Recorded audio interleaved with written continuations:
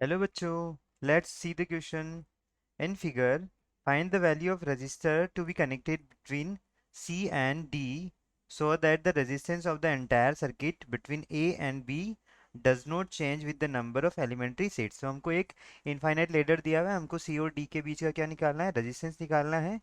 और इस तरह से वो होनी चाहिए वो वैल्यू कि A और B का जो रेजिस्टेंस है वो सर्किट जो है वो बिल्कुल चेंज ना हो. ठीक है. तो अब हम मान लेते हैं कि इसके बीच में हमको जो नेट रेजिस्टेंस निकालना है वो नेट रेजिस्टेंस कितना हो गया, एक्स हो गया. ठीक है, मान लेते हैं इसके बीच का जो नेट रेजिस्टेंस कितना हो गया हमारा, एक्स हो गया.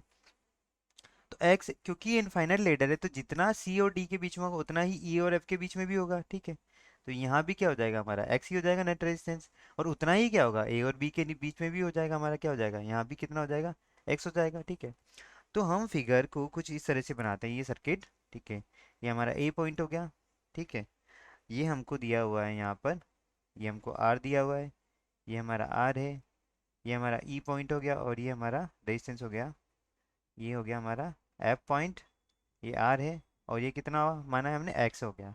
ठीक है, इसके बीच का एक्स है तो ये भी कितना आ जाएगा हमारा, एक्स ही आ जाएगा. ए और बी के बीच में भी कितना आएगा रेजिस्टेंस, नेट रेजिस्टेंस एक्स ही आएगा. तो जो नेट रेजिस्टेंस है ए और बी के बीच में वो क्या होगा, इनके इक्वल होगा, इनके इक्वलेंट इक्वल होगा. ठीक है, तो ये कितना हो गया आर प्लस एक्स, यानी ये कितना हो गया 2r+x. किसके पैरेलल है, आर के पैरेलल है, यानी 2r+x is parallel to are. ठीक है, तो जो आर ए बी जो हमारा निकल के आएगा, R A B equals to वो कितना आता है, आर पैरेलल टू 2r+x. इसकी वैल्यू कितनी है हमारे पास, एक्स है, क्योंकि ए बी के बीच में कितना इक्वलेंट एक्स है हमारे पास.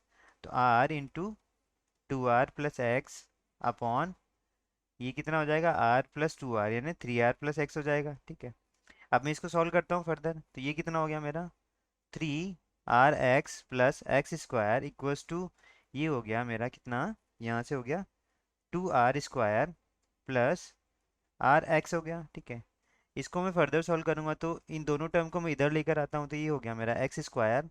3rx में से एक rx गया तो कितना बचा, प्लस 2rx बचा, और ये कितना हो गया -2r². इसको मैं कंप्लीट स्क्वायर बनाता हूँ, एक बार क्वाड्रेटिक इक्वेशन को सॉल्व करता हूँ तो x² प्लस 2rx, इसमें एक बार आर स्क्वायर ऐड करूंगा, एक बार आर स्क्वायर क्या करूंगा, सब्ट्रैक्ट करूंगा, -2r² इक्वल्स टू 0.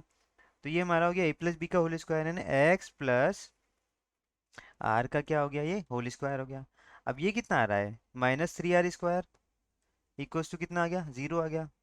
तो मैं इसको क्या लिख सकता हूँ, एक्स प्लस आर का होल स्क्वायर माइनस √3r का होल स्क्वायर. तो ये आइडेंटिटी बन गई हमारी a² minus b² that is equals to a+b into a minus b. ठीक है, अब यहाँ जब मैं देखता हूँ, हम नेक्स्ट पेज में देखते हैं तो हमारा क्या आ गया, एक्स प्लस आर का होल स्क्वायर माइनस √3r का होल स्क्वायर.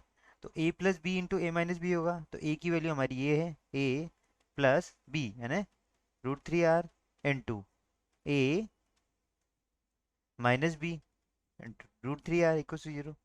तो या एक बार या तो ये 0 होगा या ये 0 होगा. जब इसको 0 इक्वल रखता हूँ तो x की वैल्यू आ जाएगी -r माइनस √3r.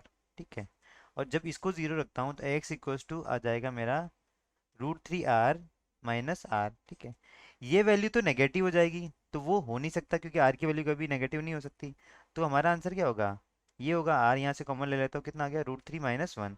तो जो x की वैल्यू c और d के बीच का जो रेजिस्टेंस होगा r C D equals to X equals to कितना आया, r इंटू √3 - 1. तो ऑप्शन के अकॉर्डिंग हमारा आंसर कौन सा हो जाएगा, ऑप्शन 2, यानी आंसर क्या हो जाएगा हमारा r C D equals to r √3 - 1. I hope you understood it all well. Best of luck.